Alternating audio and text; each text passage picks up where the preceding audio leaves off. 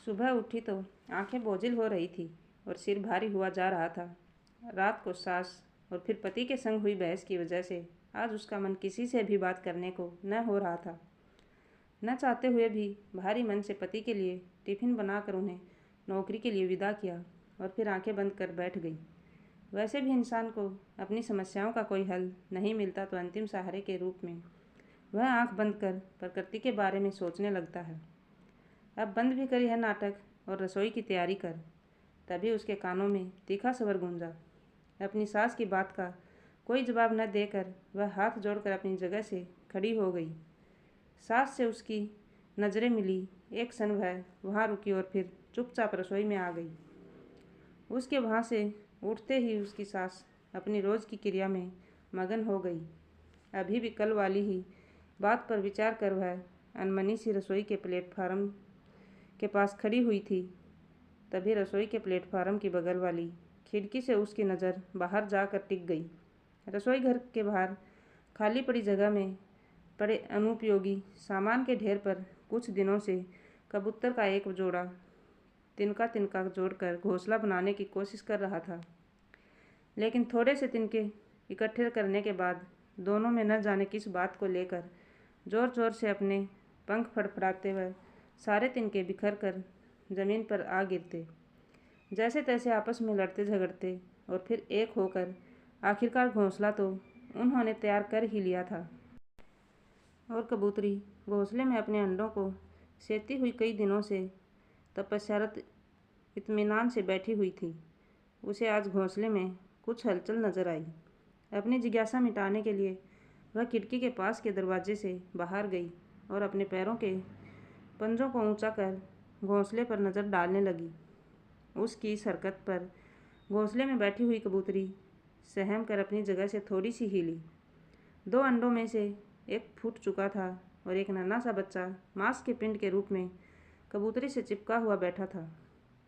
सहसा उसके चेहरे पर छाई उदासी की लकीरों ने खुद ब खुद मुड़कर मुस्कुराहट का रूप ले लिया। उसने अपना हाथ बढ़ाकर कबूतरी को सहलाना चाहा, लेकिन कबूतरी उसके इस प्रयास को अपने और अपने बच्चों के लिए घातक जानकर गला फुलाकर अपनी छोटी सी चोंच से उसे दूर खदेड़ने का यत्न करने लगी। एक छोटा सा नज़ारा उसके मन को अपार खुशी से भर गया। वह वापस अंदर रसोई में आने को मुड़ी और उसके होठों से अनायास ही उसका पसंदीदा गाना मधुर आवाज़ के साथ निकलकर उसके कानों के तारों को झंकृत करने लगा। न समय देखती है, न बड़ों का लिहाज करती है। यह कोई समय है फिल्मी गाना गाने का? गाना ही है तो भजन गा तो मेरी पूजा भी सफल हो जाए। सास का यह नाराज़गी भरा स्वर सुनकर उसकी आवाज़ बंद होठों के अंदर सिमट गई और चेहरे पर कुछ देर पहले वाली छाई हुई मुस्कुराहट को उदासी ने वापस अपनी आगोश में समा लिया। हाथ धोकर उसने फ्रिज खोला और उसमें रखा पत्ता गोभी निकाल कर अनमने भाव से उसे काटने लगी। तभी डोरबेल बजने पर उसने जाकर दरवाज़ा खोला तो अपने सामने एक अपरिचित व्यक्ति को खड़ा पाकर अचरज से उससे कुछ पूछने जा ही रही थी कि तभी पीछे से आकर उसकी सास ने उस व्यक्ति को नमस्ते करते हुए अंदर आने को कहा। उसने भगवा धोती कुर्ता पहने उस व्यक्ति को गौर से देखा। उसके माथे पर लंबा तिलक लगा हुआ था और उसके गले में रुद्राक्ष की माला पहन रखी थी। उसकी सास उस पंडित वेशधारी व्यक्ति से कुछ दूरी बनाकर उसके साथ सोफे पर बैठ गई और उसे पानी लाने के लिए कहा। पानी देने के बाद खाली गिलास लेकर वह अंदर जाने को हुई तो सास ने उसे टोका। यहाँ पंडित जी के पास बैठ, ये बहुत बड़े ज्ञानी हैं और हाथ देखकर सारी समस्याओं का हल बता देते हैं। सास की बात सुनकर वह चौंक गई। उसने मना करना चाहा, लेकिन फिर कल रात परिवार में हुई अनबन को याद कर बात को और आगे न बढ़ाने के लिए वह पंडित जी से कुछ दूरी बनाकर उनके पास बैठ गई। पंडित जी ने मुस्कुराकर उसकी तरफ देखा और उसे अपना सीधा हाथ आगे बढ़ाने को कहा। उसने झिझकते हुए अपने सीधे हाथ की हथेली उनके आगे कर दी। पंडित जी ने उसकी हथेली को छूते हुए उस पर हल्का सा दबाव डाला। उसने अपनी हथेली पीछे करनी चाहिए, पर उसके ऐसा करने से पहले ही पंडित उसकी हथेली पर अपनी उंगलियां फेरते हुए उसकी सास से पूछने लगे, तो यह आपकी बहू है? जी पंडित जी, उसकी सास हाँ में सिर हिलाते हुए जवाब दिया। तो पंडित जी आगे बोले, समय की बहुत बलवान है आपकी बहू।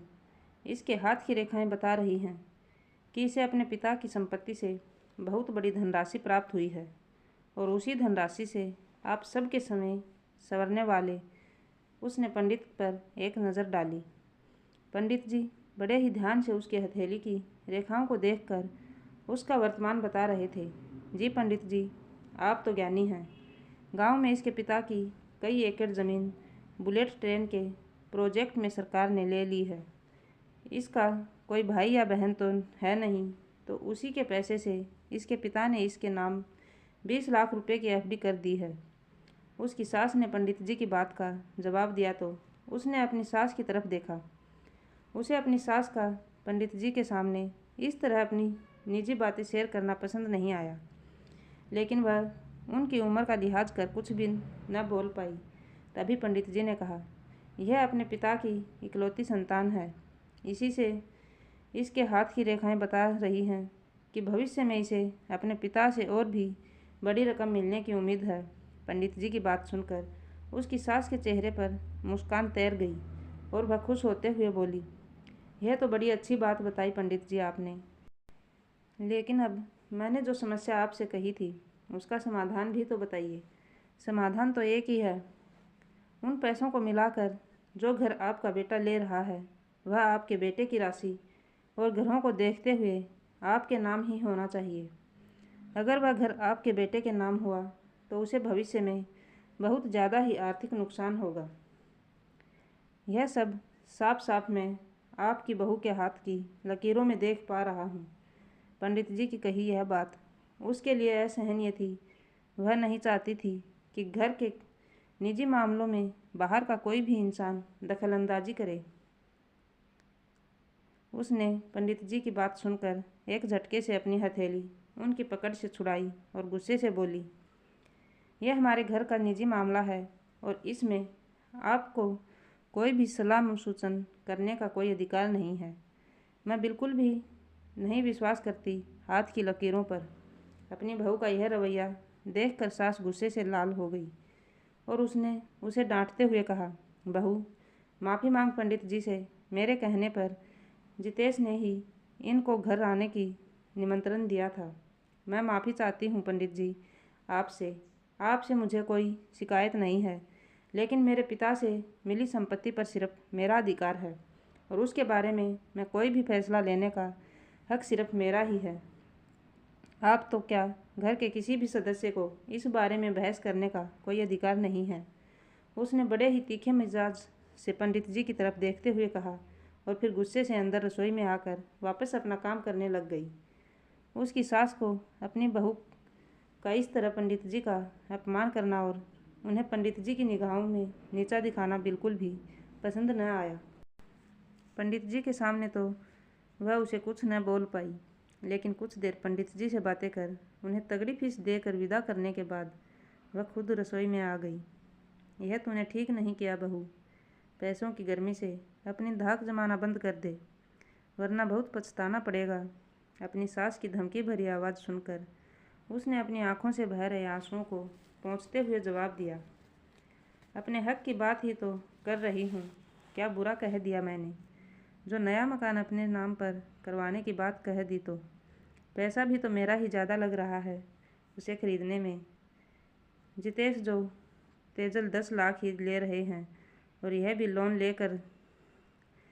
जिस पैसे की तू बात कर रही है उस पर तेरा पति होने के नाते जितेश का भी बराबर का हक है, तो एक तरह से वह पैसा भी जितेश का ही हुआ। सास ने सख्ताई से जवाब देते हुए उससे कहा, यह तो किसी कानून में नहीं लिखा है कि पत्नी की संपत्ति पर पति का हक बिना कोई कानूनी कार्रवाई के होता है, पर फिर भी मैं ऐसा नहीं कह रही हूँ कि मेरे पापा के दिए पैसों पर जितेश का कोई हक नहीं है। बस नया मकान अपने नाम करवाना चाहती हूँ, क्योंकि इसमें ज़्यादा पैसा मेरा लग रहा है। शादी से पहले नौकरी का जो पैसा जमा किया था वह भी जितेश ने निकलवा कर नया मकान लेने में डलवा दिया। इस तरह तो मेरे नाम कोई आर्थिक संबल रहेगा ही नहीं। उसने अपनी बातों से सास को समझाने का यत्न किया। उसकी बात सुनकर सास ने मुंह बिगाड़ते हुए कहा, उस उमानाथ जी ने न जाने क्या पट्टी पढ़ा दी है तुझे, जो मुझे कानूनी धौंस देने चली है। तेरी वकील चाहे जो कुछ कहे, पर नया मकान तो तेरे नाम न ही होगा बहू। ठीक है, आप अपने मन की कीजिए, मुझे जो ठीक लगेगा मैं वहीं करूँगी। उसने जवाब दिया और ज़्यादा बहस में न पड़ते हुए चुपचाप सब्जी काटने लगी। शाम को जितेश के ऑफिस से आने तक सास बहू के बीच कोई भी बातचीत न हुई, लेकिन उसने अपनी वकील उमानाथ जी से फ़ोन पर बात कर इस मामले में कानूनी सलाह लेकर मन ही मन एक फैसला ले लिया था। शाम को जितेश के आने पर चाय नाश्ता करते हुए नया मकान अपने नाम लेने के मुद्दे पर फिर उन तीनों के बीच बहस शुरू हो गई। आखिर तुम्हें मकान मेरे नाम पर लेने में परेशानी क्या है जितेश? उसने झुंझलाते हुए चाय का खाली कप टेबल पर रखते हुए जितेश से पूछा। बात परेशानी की नहीं है चांदनी।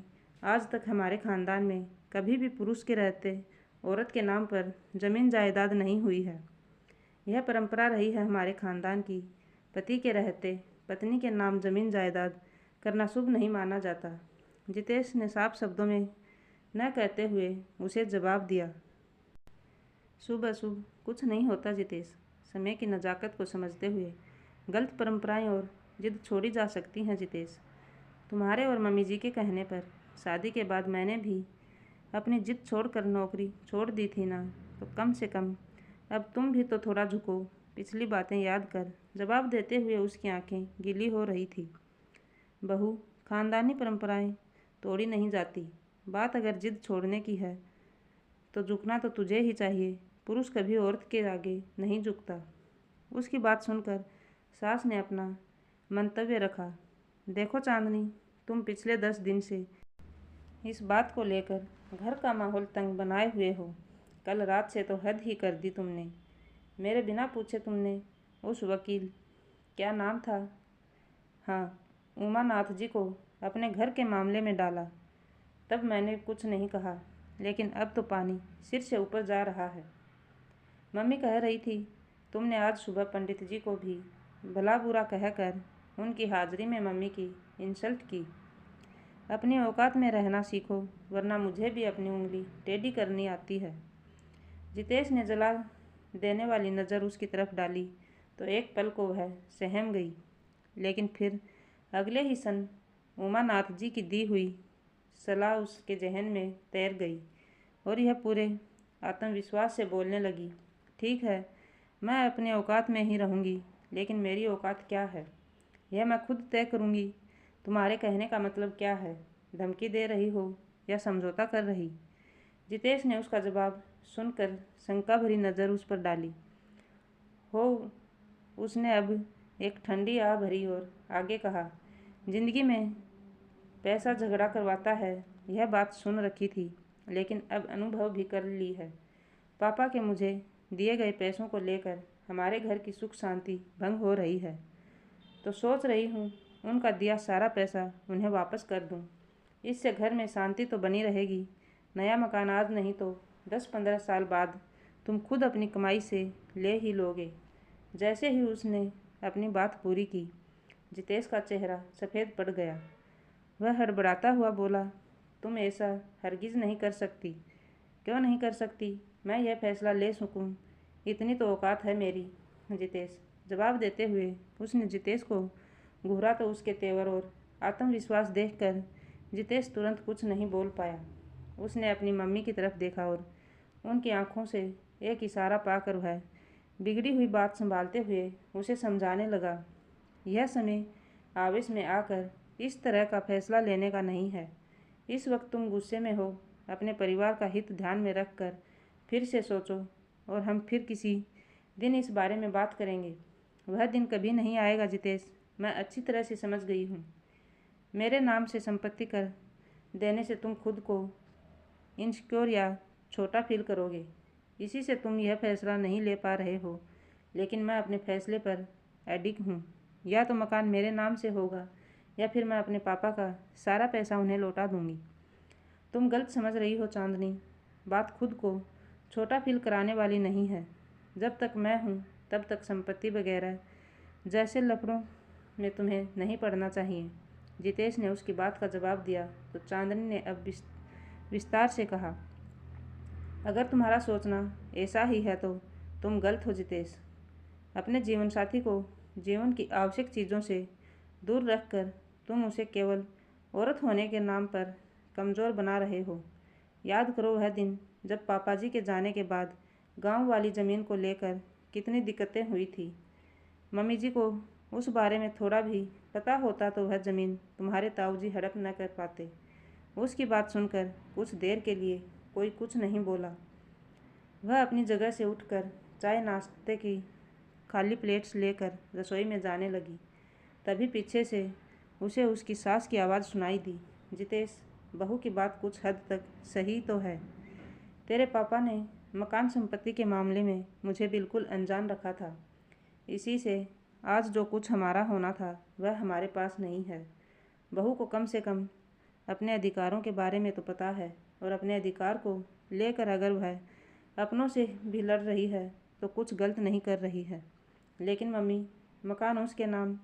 जितेश ने कुछ कहना चाहा तो उन्होंने उसे टोकते हुए कहा, तुम दोनों एक ही गाड़ी के दो पहिए हो।